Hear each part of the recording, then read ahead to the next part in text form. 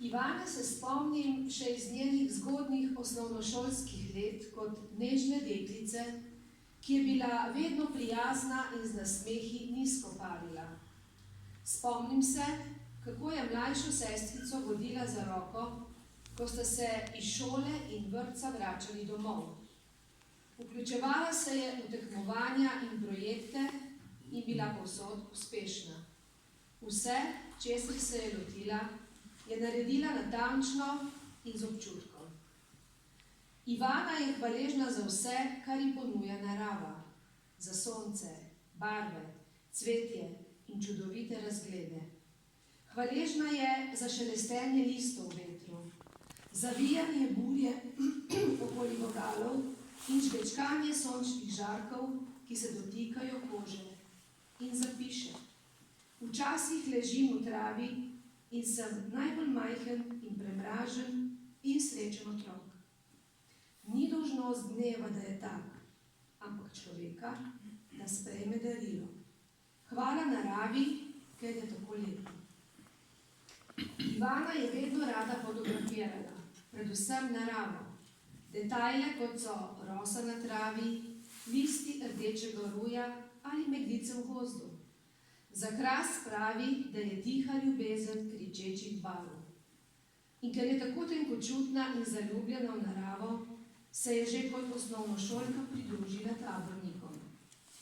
Kot vodnica si je prizadevala, da bi otroci vzljubili naravo in se naučili skrbeti zanjo ter jo spoštovati. Taborniki so se udeleževali raznih akcij, med drugim tudi čistilne akcije in pobiranje smeti v okolici Komna. Na svoji strani na Facebooku je takrat izrazila žalost nad nemarnostjo ljudi z besedami: ljudje. Sem bi sodila kakšna druga beseda. Kdaj nam bo jasno, da ta planet ni samo za nas, ni samo za danes. 16 metrov, 34 pločevin. Ob dnevu Zemlje je zapisala: draga Zemlja, želim ti lepše čase, ozonski plašč, nafto v globinah in ljudi, ki te spoštujejo. Zdrži, peščica nas še verjame v to. Ivana rada hodi v hribe in ko so v koči na prehodavcih potrebovali skrbnika, je bila takoj pripravljena, da priskoči na pomoč. Tam je delala vse potrebno, da so bili pohodniki zadovoljni in siti. Najlepši trenutki, pravi, so bili zvečer, ko se je usedla s skodelico jote malo proč od koče in opazovala sončni zahod. Čarobnost, ki se ji reče tišina. Ivana je avanturistka. S prijatelji se je podala na različne daljše izlete, kjer je bilo veliko hoje, srečevanja z ljudmi in nabiranje izkušenj. Prehodila je eno najbolj znanih romarskih poti, Camino de Santiago. Na poti je spoznavala sebe in svoje meje.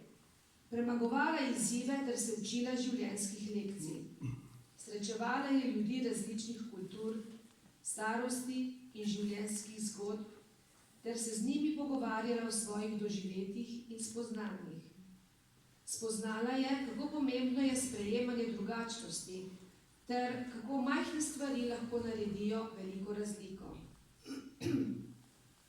Ivana ima rada ljudi in rada pomaga. Zato je pri Rdečem križu naredila tečaj za bolničarko. V času, ko smo bili zaprti po domovih, se ona ni ustrašila. Kot prostovoljka je pomagala v domu upokojencev v Ljubljani in Sežani, pa tudi na infekcijski kliniki v Ljubljani je v zaščitnem skafandru pomagala težkim bolnikom. Je prostovoljka pri prostovoljnem gasilskem društvu Komen. Lani, ko je bil na Krasu požar, je aktivno sodelovala. Ko je gorel hrib nad Brestovico, je Ivana v težki gasilski obleki, v vročini in dimu, v nahrbtniku nosila fantom na vrh hriba vodo. Gor in dol in gor in dol. Ivana je v okviru projekta katoliške mladine, imenovan Pota, še pred vojno obiskala Ukrajino in se spoprijateljila z Marijinimi sestrami, ki tam delujejo. Odkar je v Ukrajini vojna, jim Ivana na različne načine pomaga. Zbira denar, zdravila, hrano. Pred 3 dnevi se je vrnila iz Ukrajine. Tja je s prijatelji odpeljala poln kombi zdravil, higienskih pripomočkov in drugih prepotrebnih stvari, ki jih potrebujejo. Ivana je končala škofijsko gimnazijo v Vipavi in potem se je odločila, kaj ne gre študirati. Razmišljala je. Zanimala jo je fizika, ampak tam je vse tako daleč in abstraktno. Ne, ni se odločila za ta študij. Tudi biologija jo je zanimala, ampak tam so sami taki majhni delci in ne, tudi to ni bil pravi študij zanjo.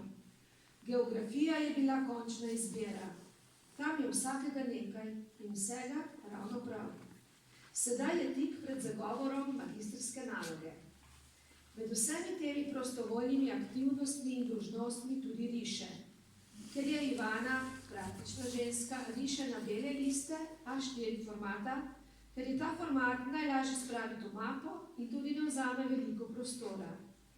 Njene minimalistične risbe so narisane s črnim flomastrom, pobarvane s suhimi ali akvarelnimi barvicami. Sporočilnost preprostih risb je velika. So kot odprta knjiga, ki čaka, da jo prebiramo. So brez besed, brez navodil, brez omejitev. Občutki, ki jih risbe vzbudijo, so edinstveni za vsakega opazovalca. Risbe govorijo o otroškem čudenju naravi in občudovanju njenih lepot, ki se nam razkrivajo na vsakem koraku, če le imamo oči, da to lepoto vidimo. Nekateri se bodo spomnili vonja jeseni, drugi bodo pomislili na dolge sprehode po gozdu, tretji pa bodo našli notranji mir ob pogledu na njeno risbo. Življenje, pravi Ivana, je darilo. Ivana življenje ceni in je hvaležna za to, da lahko živi. Hvaležna je staršem in družini za vso podporo, ki je deležna. Za mamin rojstni dan je zbrala svoje risbe in izdala knjigo, ki jo je poimenovala Hvalnice. Hvalnice kot en velik hvala mami, hvala naravi, hvala življenju. Nekatere risbe iz te knjige so danes na razstavi.